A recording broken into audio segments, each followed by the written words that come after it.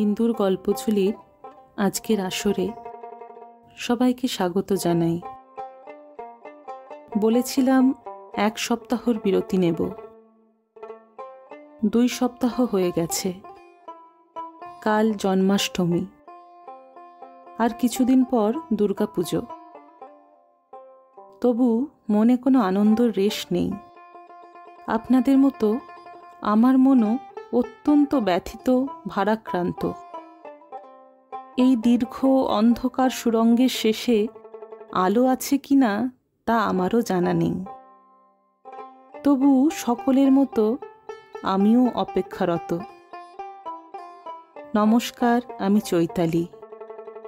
শুরু করছি আমাদের আজকের নিবেদন বিভূতিভূষণ বন্দ্যোপাধ্যায় মহাশয় রচিত ছোট গল্প তাল নবমী।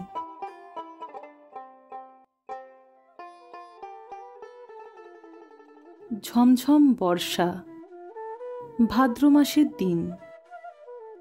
আজ দিন 15 ধরে বর্ষা নেমেছে। তার আর বিরামও নেই, বিশ্রামও নেই। ক্ষুদিরাম ভট্টাচার্যের বাড়ি আজ 2 দিন হাঁড়ি চড়েনি। ক্ষুদিরাম সামান্য আয়ের গৃহস্থ। জমি জমার সামান্য কিছু আয় এবং 2-4 ঘর শিষ্য যজমানের বাড়ি ঘুরে ঘুরে কায়ক্লেশে সংসার চলে। এই ভীষণ বর্ষায় গ্রামের কত গৃহস্থের বাড়িতেই পুত্রকন্যা অনাহারে আছে। ক্ষুদিরাম তো সামান্য গৃহস্থ মাত্র। যজমান বাড়ি থেকে যে কটি ধান এসেছিল তা ফুরিয়ে গিয়েছে। ভাদ্রের শেষে আউশ ধান চাষিদের ঘরে উঠলে তবে আবার কিছু ধান ঘরে আসবে। ছেলেপুলেরা দুবেলা পেট পুরে খেতে পাবে। নেপাল ও গোপাল ক্ষুদিরামের 2 ছেলে। নেপালের বয়স বছর 12, গোপালের 10। কদিন থেকে পেট ভরে না খেতে পেয়ে ওরা 2 ভাইয়েই সংসারের ওপর বিরক্ত হয়ে উঠেছে। নেপাল বললে, এই গোপলা, খিদে পেয়েছে না তোর? গোপাল চিপ ছাঁচতে ছাঁচতে বললে, দাদা। মাকে কি বল, আমারও পেট চুই চুই করছে। মা বকে, তুমি যাও দাদা। বকুক গে, আমার নাম করে মাকে বলতে পারবি নে?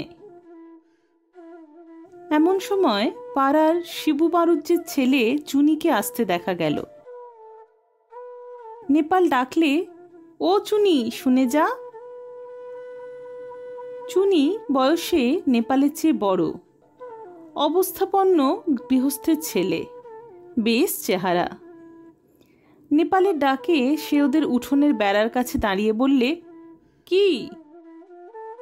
আয় না ভেতরে। না, যাব না, বেলা যাচ্ছে। আমি জটি পিসিমাদের বাড়ি যাচ্ছি, মা সেখানে রয়েছে কি না ডাকতে যাচ্ছি।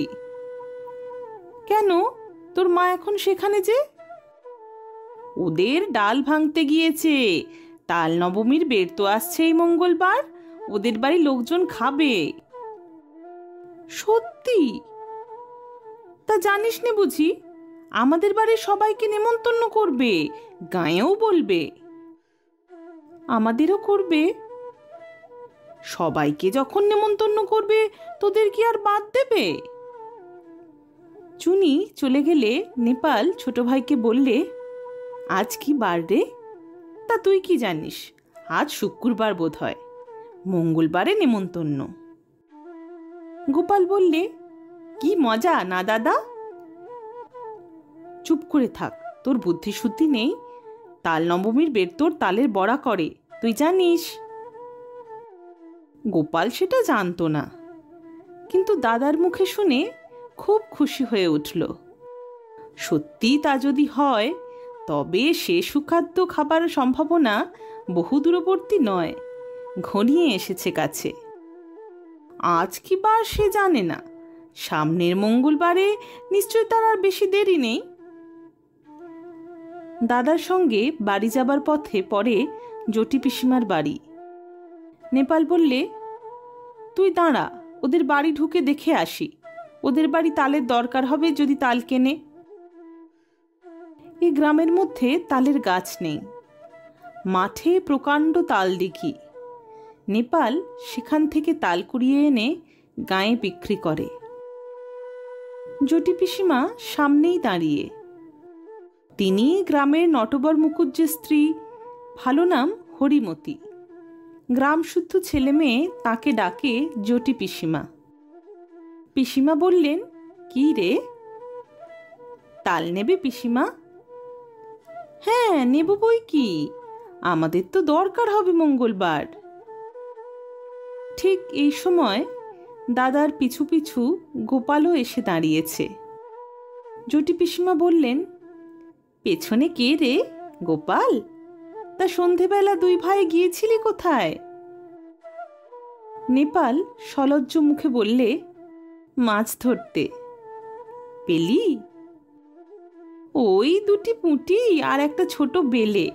তাহলে যাই পিসিমা? আচ্ছা এসো গো বাবা, সন্ধে হয়ে গেল, অন্ধকারে চলাফেরা করা ভালো নয় বর্ষাকালে। জটি পিসিমা তাল সম্বন্ধে আর কোনো আগ্রহ দেখালেন না, বা তাল নবমীর ব্রত উপলক্ষে তাদের নিমন্ত্রণ করার উল্লেখও করলেন না। যদিও দুজনেরই আশা ছিল হয়তো জটি পিসিমা তাদের দেখলেই নিমন্ত্রণ করবেন। এখন দরজার কাছে গিয়ে নেপাল আবার পিছন ফিরে জিজ্ঞেস করলে, তাল নেবে না তাহলে? তাল তা দিয়ে যেও বাবা, কটা করে পয়সায়? দুটো করে দিচ্ছি পিসিমা। তা নেবেন আপনি? তিনটে করেই দেবেন। বেশ কালো হেঁড়ে তাল তো, আমাদের তালের পিঠে হবে তাল নবমীর দিন, ভালো তাল চাই। মিশকালো তাল পাবেন, দেখে নেবেন আপনি। গোপাল বাইরে এসেই দাদাকে বললে, কবে তাল দিবি দাদা? কাল। তুই ওদের কাছে পয়সা নিস নে দাদা। নেপাল আশ্চর্য হয়ে বললে, কেন রে? তাহলে আমাদের নেমন্তন্ন করবে না দেখিস এখন। দূর, তা হয় না, আমি কষ্ট করে তাল কুড়োবো আর পয়সা নেব না? রাত্রে বৃষ্টি নামে, হু হু বাদলার হাওয়া সেই সঙ্গে। পূব দিকের জানলার কপাট দড়ি বাঁধা, হাওয়ায় দড়ি ছিঁড়ে সারা রাত খট খট শব্দ করে ঝড় বৃষ্টির দিনে। গোপালের ঘুম হয় না, তার যেন ভয় ভয় করে। সে শুয়ে শুয়ে ভাবছে, দাদা তাল যদি বিক্রি করে তবে ওরা নেমন্তন্ন করবে না, তা কখনো করে?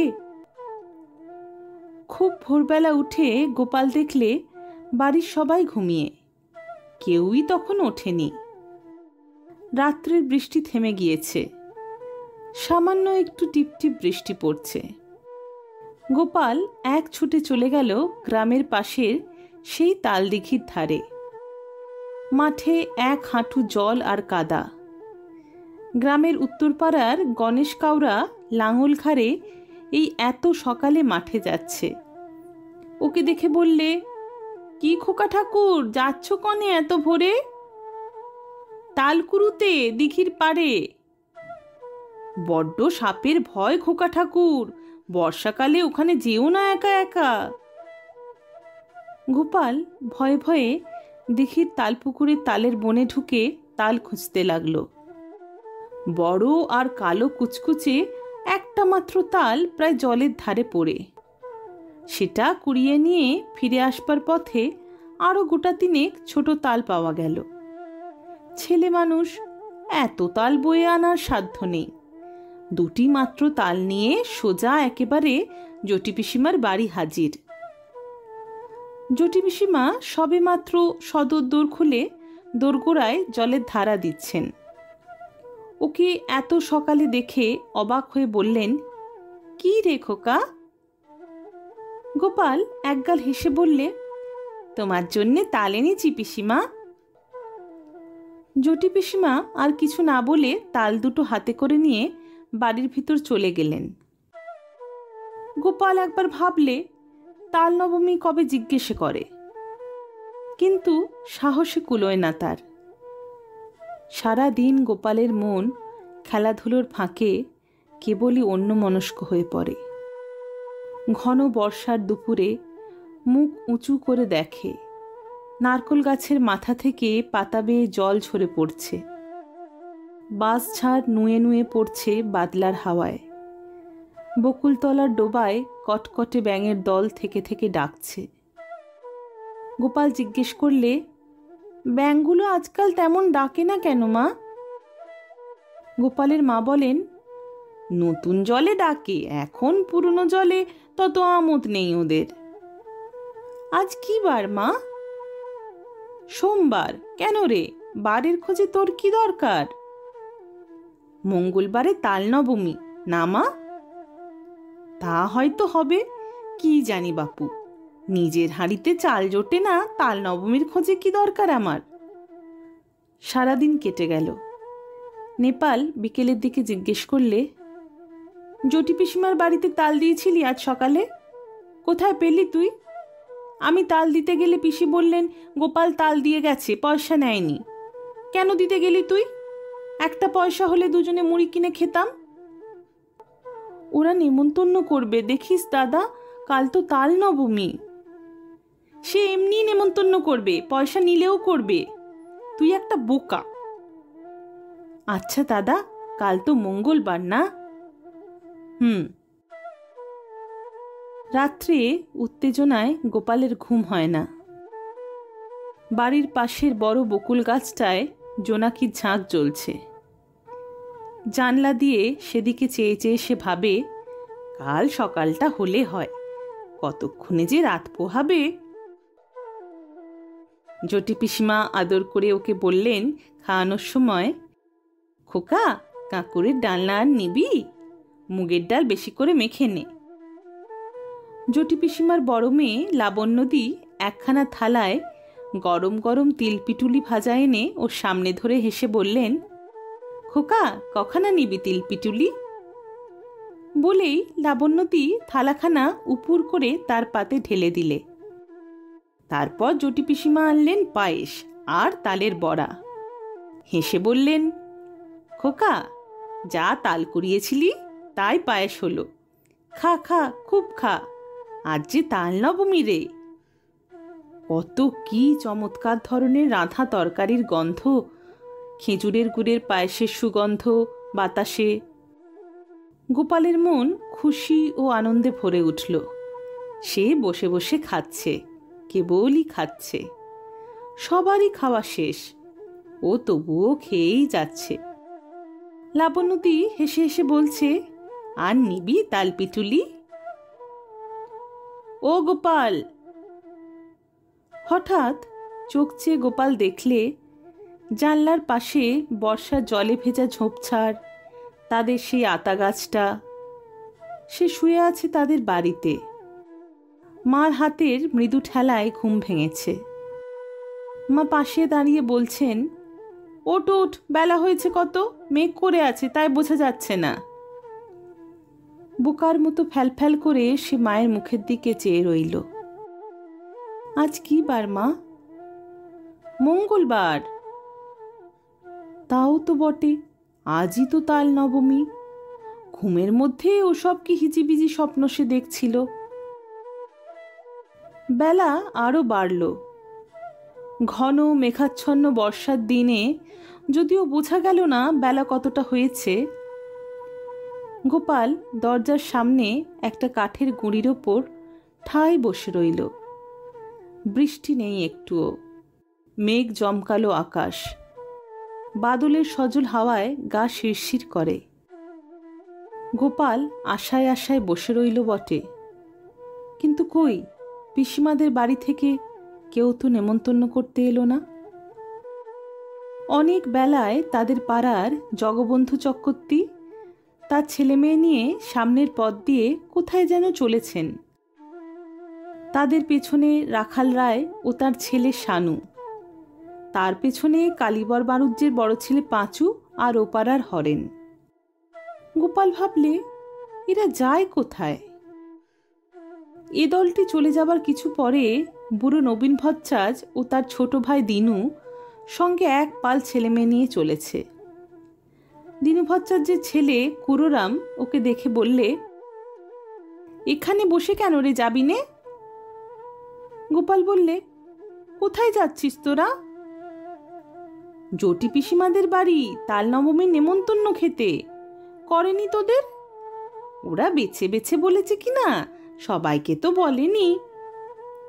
গোপাল হঠাৎ রাগে অভিমানে যেন দিশেহারা হয়ে গেল। রেগে দাঁড়িয়ে উঠে বললে, কেন করবে না আমাদের নেমন্তন্ন? আমরা এরপরে যাব। রাগ করবার মতো কি কথা সে বলেছে বুঝতে না পেরে কুরুরাম অবাক হয়ে বললে, বারে, তাও তো রাগ করিস কেন, কি হয়েছে? ওরা চলে যাবার সঙ্গে সঙ্গে গোপালের চোখে জল এসে পড়ল। বোধহয় সংসারের অবিচার দেখেই। পথ চেয়ে এসে বসে আছে কদিন থেকে, কিন্তু তার কেবল পথ চাওয়াই সার হলো। তার সজল ঝাপসা দৃষ্টির সামনে পাড়ার হারু, হিতেন, দেবেন, গুটকে তাদের বাপ কাকাদের সঙ্গে একে একে তার বাড়ির সামনে দিয়ে জটি পিসিমাদের বাড়ির দিকে চলে গেল।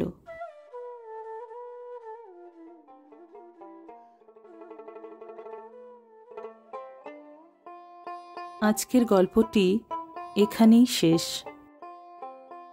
ছোট্ট সরল গোপালের মতো সংসারের অবিচারের শিকার হতে হয়েছে আমাদের অনেককেই, কোনো না কোনোভাবে, কোনো না কোনো সময়।